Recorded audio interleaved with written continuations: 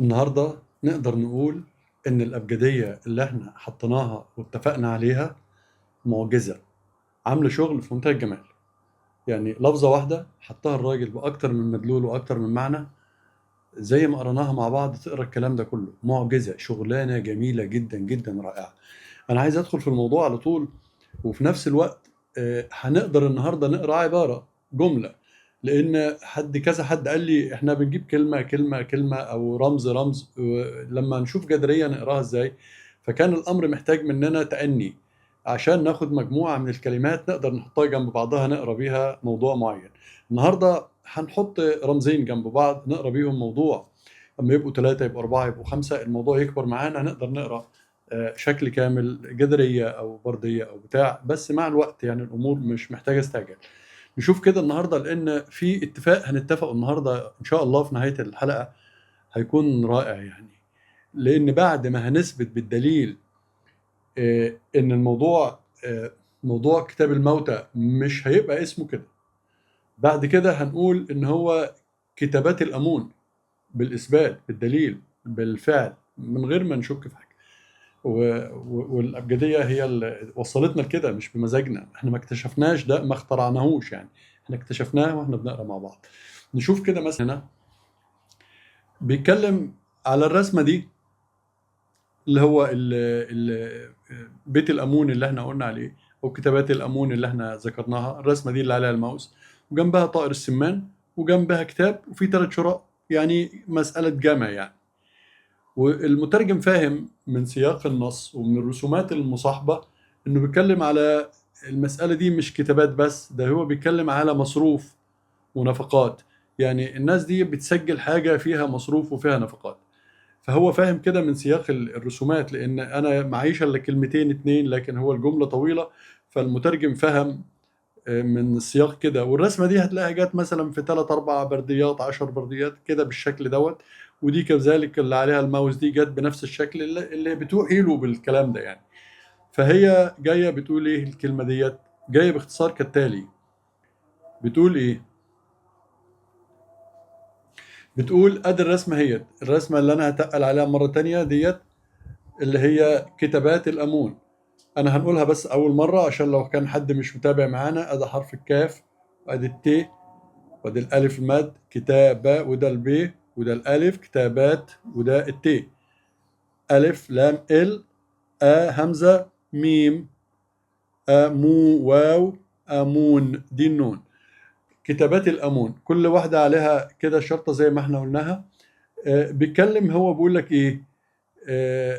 بيتكلم على مصروف وكتابات وبتاع. خلاص احنا عرفنا ان كتب وكتاب وبتاع.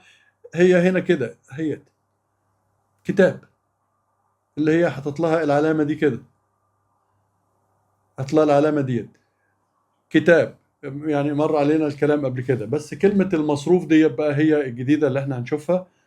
كتاب ده بيسجلوا فيه كلمة ايه؟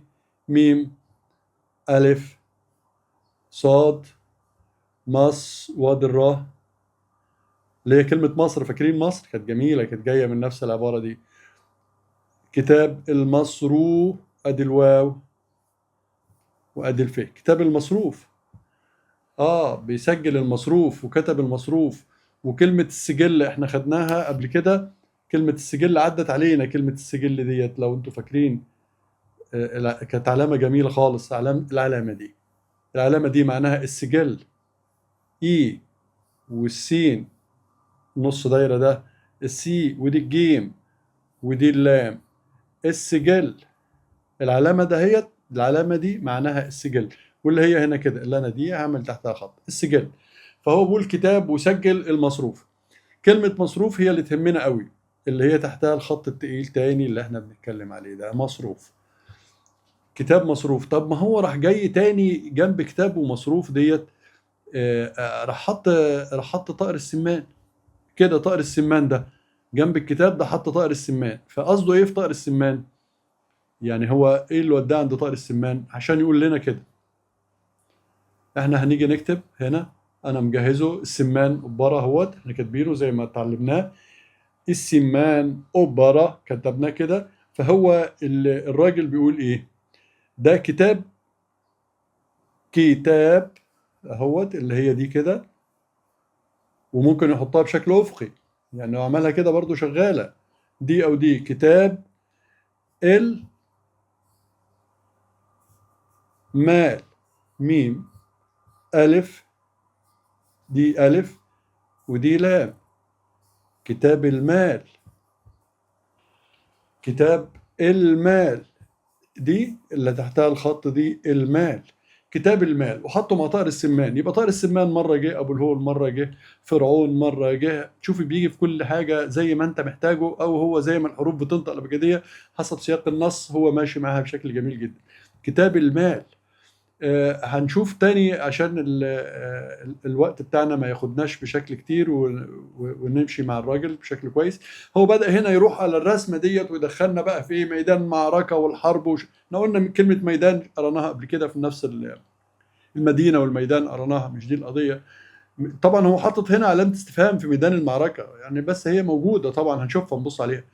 لكن جه ذو بأس شديد، ده كده ذو بأس شديد، قوة، جندي محترف خارج للقتال، قوة، عنف، كفاح، مباراة، نشاط، حرب، شجاعة، كل ده جاي مع اللفظة دي. طبعا اليد ديت ما راحتش بعيد، اليد ديت ان شاء الله هنوصل لها، الايد ديت الايد الجميلة اللي تحتها الكتاب دي هنوصل لها، ما راحتش بعيد، هي في نفس المكان، في نفس الموضوع. هنا يجي يقول لك بطل، رجل شديد، محارب، مقاتل، جندي، رجل مترفع. يعني شوف علامة البيت ديت اللي ماشية معانا دي، علامة البيت الأمون دي، جاية فيها كل المعاني دي. رجل جريء وشجاع، جاية واخدة شكل غريب. يعني كلام جرأة وشجاعة وبطولة، ومعاه طائر السمان برضو شغال معانا، طائر السمان في الكلام دوت. طب تعال نشوفها كده، العلامة ديت لو قرناها بمدلولات الحرب، بمدلولات القوة والشدة والشجاعة والبأس والحرب وبتاع، لأن هو عنده رسمة بتقول حرب، يعني عنده حاجة مدياه كلمة حرب، راجل ماسك العصاية ديت وبيشتغل كده محارب وبتاع، يعني هو موصلها للموضوع دوت. فالشجاعة والبطولة والكلام دوت مع العلامة ديت أو مع طائر السمان، جاية إزاي وهي عايز يوصل بيها لفين. نشوفها كده مع بعض تاني، بيقول لنا إيه فيها، نكتبها مع بعض ونشوفها بتقول إيه.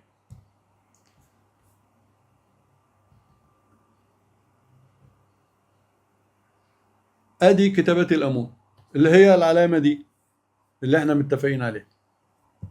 الشغلانة دي بتقرا كتابات الامون، وبتقرا حاجة تانية، بتقرا كلام كتير تاني، يعني مش بتقرا دي بس، ده بتقرا، شوف كل لما هتيجي معانا في سياق معين هنقراها بنفس السياق. هي بتقول ايه العلامة ديت ماشية ازاي، بتقول ايه؟ بتقول ان بتوصف واحد ان هو محارب وقوي وشغلانة. قبل ما هنيجي هنا، قبل ما نيجي على ديت، هنشوف طائر السمان. ده طائر السمان بيقول ايه، بيتكلم في ايه؟ بيتكلم ان الجماعة دولت محاربين، ادي الميم وادي الحاء وادي الراء، محارب يعني لو في مد، ومفيش مد تبقى ديت الب، وادي اليه وادي النون، ديت النون، وادي الباء. محاربين، محاربين، ولا هو راجل واحد بس بقى محارب، بقى ديت كده الميم، ودي الحاء دي ميم، ودي حاء، ودي الراء، ودي الب. محارب لو واحد، لو هم مجموعة تبقوا محاربين، فدولت مجموعة محاربين. المحاربين دولت، هو تخيل طائر السمان طلع زي ما كان جه كلمة كتاب المال وكده، برضو استخدمه في كلمة محاربين. ودايما طائر السمان ده هتلاقيه يجي دايما جنب العلامة اللي انا هحاول ارسمها، يمكن اعرف ارسمها صح يعني. حد عامل كده يعني، كده وماسك هنا حاجة كده يعني، زي درع كده، ماسك درع كده. محاربين هتيجي دايما جنب العلامة بتاع المحاربين دي. سامحوني لو انا الرسم بتاعي مش قوي يعني في الرسم، لكن هو بتيجي جنب كلمة محاربين. طيب لا، ايه حكاية البيت او كتابات الامون دوت، او الرسمة اللي احنا عارفينها، ايه حكايتها بالحروب؟ هو بيتكلم على ان الراجل ده بطل، فجاب الكلمة ديت حرف الب، وادي الالف، وادي الت، دي ت، بطل، وادي الالف التانية، وادي اللام، فديت كده بطل. بيقول لك ان الراجل ده بطل، دي باء ودي تاء، بطل بطل. فبيتكلم على ان ده هو بطل، او ده هو بطل باللغه العاميه بطل. بطل. طب وشجاع دي جايه فين؟ جايه من هنا كده، هتلاقيه بيقول لك ان الراجل ده، او تعالى نكتبها هنا كده، بيقول لك ان الراجل ده همام. الف ميم، بطل همام، بطل همام. راجل، ادي الراء وادي الجيم وادي اللام. راجل، راجل بطل همام راجل، كل ده طالع من العلامة دي اللي هي اسمها كتابات الأمون ديت، او لها طبعا كذا اسم تاني احنا هنقوله كل لما نيجي. لكن هو في مسألة الحرب دي تقول لك بطل همام راجل، اللي هو تابع المترجم عمال يلاقي لها حكاية عايز يقولها. المترجم عمال يدور لها بطل، رجل شديد، محارب، مقاتل، جندي، مترفع، بطل شجاع، عمال يروح في الحتة ديت. هي بطل موجودة فعلا، فعلا بطل موجودة، شدة وعنف وكفاح ومباراة ونشاط وهمام. بس هو ما قالش هنا همام، لكن احنا اكتشفناه. آه، ميدان حرب، كلمة ميدان حرب لو دورت عليها في مدينة، في أول الكلام خالص ميدان حرب موجودة بشكل واضح جدا. طبعا هي عدت معانا مرة قبل كده، اللي هي من اللي أنا هعملها دي كده ميدان، دي ميدان كده ميدان. نروح نكتبها تاني، المربع الكبير ده ميم وبعده ي وبعده دال وبعده ألف وبعده نون، ميدان. وحرب، حرب، كلمة حرب بدايتها من هنا اللي عليها السهم ديت، حرف الحاء اللي هو الدايرة ديت يعني، ميدان حرب. بصوا، انا عشان ما نخسرش الرسمه كتير او ما نخسرش الكتابه كتير، احنا وصلنا لايه؟ لميدان حرب دي. انا اللي يهمني دلوقتي في موضوع كتابات الامون، اللي هو نص جابه المؤلف، رائع جدا جدا. النص ده هو بالنسبه لنا نقطه مهمه قوي، وهي تقريبا اللي خلتني اشتغل في الحلقه دي النهارده. بيتكلم، جاب العلامه بتاع البيت اللي هو فيه بابه مفتوح دوت، اللي احنا قلنا عليه كتابات الأمون. جاب البيت ده وقال لك في سلسلة فصول في كتاب الموتى اسمها، في فصل منها اسمه فصل الخروج في النهار، أو الخروج من النهار، أو الخروج كده يعني، في كتابات الموتى. فدي عنوان، قال لك ده عنوان للحكاية اللي حكاها في كتابات الموتى، ده كان العنوان بتاعها. نبص عليها كده هو قالها ايه، وديت اللي خلتنا نقول مع بعض ان اذا كانت الاسم ده هو اسم خاص، او اللفظه دي لفظه خاصه بالامون، يبقى دي اسمها كتابات الامون، ما عادش اسمها كتابات الموتى. ونقولها كتابات الموتى ليه؟ اذا كان النص اجبرنا على ان احنا نقراها كتابات الامون، يبقى هي تمشي كتابات الامون. نشوفها كده مع بعض، ونشوف حكايه الخروج من النهار عامله ازاي، ونشوف اتفهمت ازاي، وايه اللي وصلنا للنص ده.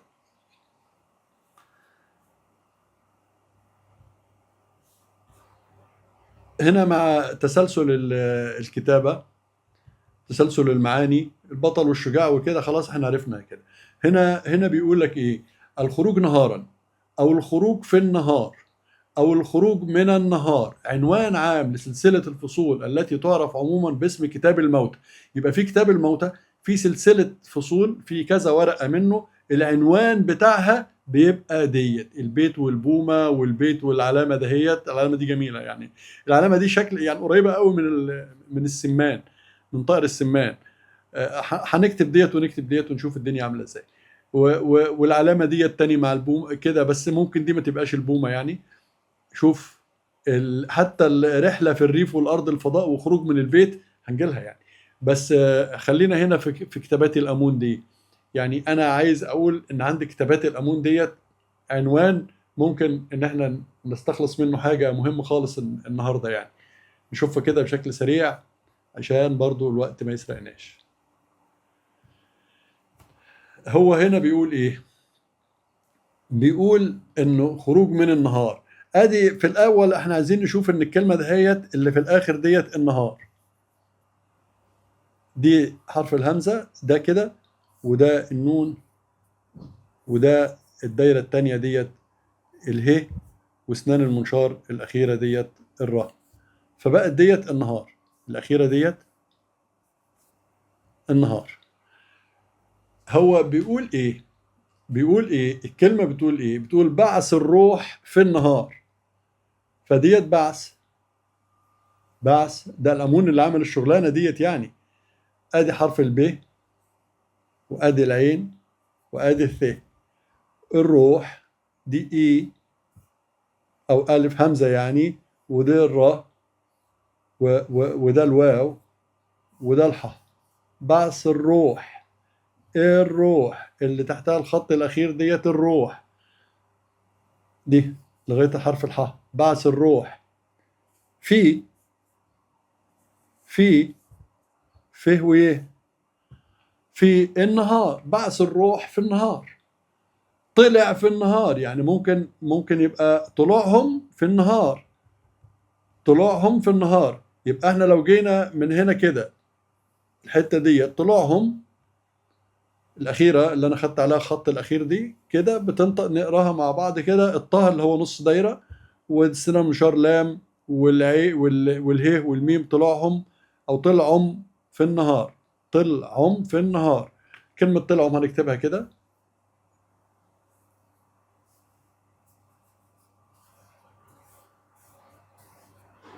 طلعهم ادي حرف التاء، ده التاء، وده اللام، وده العين، ودي الميم. طلعهم اللي هي موجودة هنا فوق، اللي هي اللي أنا بتقل عليها مرة تانية دي. طلعهم في النهار. بعث البعث، بعث الروح في النهار. ده أجمل يعني، الأجمل منها بعث الروح في النهار. المهم إيه؟ إن كتابات الموتى بقت اسمها كتابات الأمون. كتابات الأمون ده موضوع منتهي بالنص اللي احنا شفناه. احنا مشينا معاها لقينا نفس الرسمة بتتكلم على مصروف ونفقات، وسجل المصروف والنفقات. جبناها لقيت بيتكلم على حرب وشدة وقتال وضرب رحنا قاريينها. جبناها على كتاب الموتى أو كتابات الأمون لأنها بتقرأ كتابات الأمون بشكل جميل جدا. الأبجدية معجزة. الأبجدية اللي احنا حطيناها مع النصوص اللي احنا شايفينها حل المشاكل، ودي أجمل حاجة فيها. بس نعتمد النهاردة عنوان نقدر نحطه للحلقة دي هو كتاب الموتى ولا كتابات الأمون؟ أنا أظن إنها كتابات الأمون. شكرا لك.